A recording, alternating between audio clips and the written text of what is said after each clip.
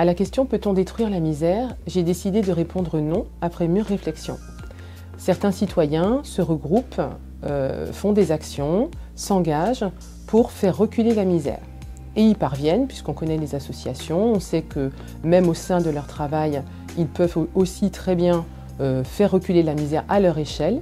Malheureusement, certains décideurs, pas tous, mais certains décideurs possèdent une certaine richesse qu'ils ne souhaitent pas partager équitablement avec les citoyens.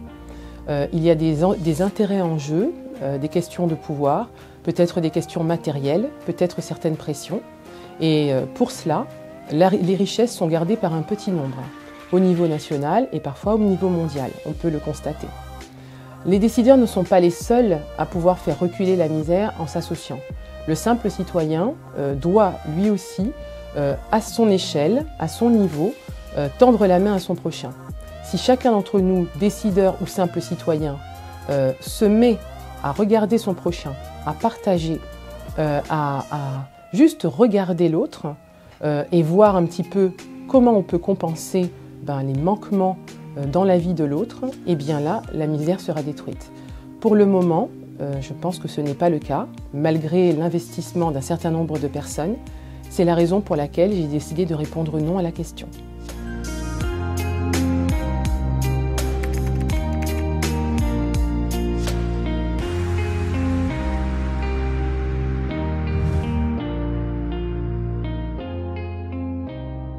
Je vais vous lire un extrait du texte de l'abbé Pierre, La voix des sans-voix. Ceux qui ont pris tout le plat dans leur assiette, laissant les assiettes des autres vides, et qui, ayant tout, disent avec une bonne figure, « Nous qui avons tout, nous sommes pour la paix. » Je sais ce que je dois leur crier à cela. Les premiers violents, les provocateurs, c'est vous.